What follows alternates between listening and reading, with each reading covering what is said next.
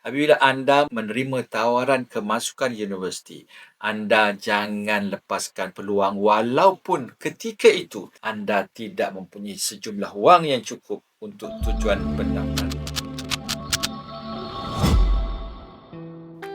Untuk beberapa bulan yang akan datang, kita akan dapati ramai dalam kalangan bakal mahasiswa yang akan menerima surat tawaran untuk mereka melanjutkan pengajian mereka sama ada di peringkat diploma atau seterusnya di universiti dalam negara. Dan ketika itulah ramai dalam kalangan masyarakat, terutamanya mereka yang datang daripada keluarga yang kurang berkemampuan, merasakan rusing ataupun memikirkan bagaimanakah mereka mampu untuk mendaftar kerana di dalam surat tawaran itu kadang-kala disebutkan mereka perlu membawa sejumlah wang untuk tujuan pendaftaran.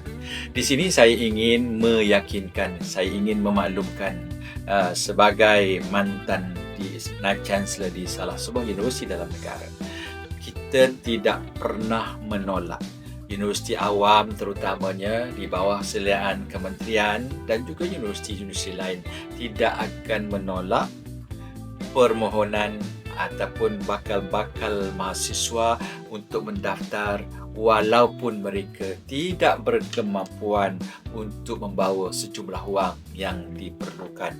Kerana pihak universiti, terutamanya universiti awam, akan mencari kaedah-kaedah yang tertentu untuk membolehkan mereka mendaftar.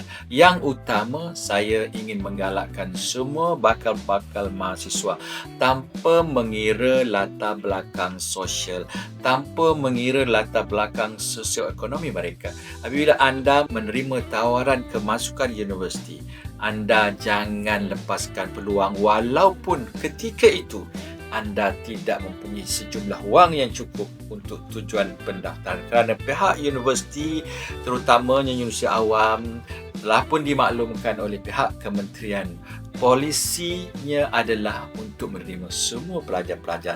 Pihak universiti akan mencari kaedah yang terbaik bagaimana untuk membantu anda. Yang penting, anda perlu datang dan hadir pada hari pendaftaran dan menceritakan apakah masalah yang dihadapi, dan insya-Allah anda tidak akan ditolak pendaftaran hanya disebabkan anda tidak mempunyai sumber kewangan seperti mana yang tercatat sekiranya ada di dalam surat tawaran yang diberikan. Kerana semua universiti awam dalam Malaysia akan menerima anda dan mereka sudah ada cara ataupun kaedah untuk menyelesaikan masalah.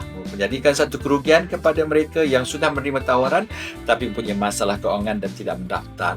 Dan ini adalah masa depan anda, dan jangan sia-siakan masa depan yang telah diberikan, dan insya-Allah sumber kewangan yang dicatatkan di dalam surat tawaran itu akan mudah diselesaikan oleh pihak universiti yang terlibat. Jadi saya berikan sure dan saya ingin yakinkan kepada anda semua, jangan risau, jangan rusing. Kalau anda tidak memiliki sumber kewangan yang cukup untuk tujuan pendaftaran, teruskan pendaftaran kerana pihak universiti akan membantu anda untuk menyelesaikan masalah tersebut. Yang penting, wajib hadir. Yang penting, wajib mendatangkan. Inilah penentu kepada masa depan anda yang lebih cemerlang.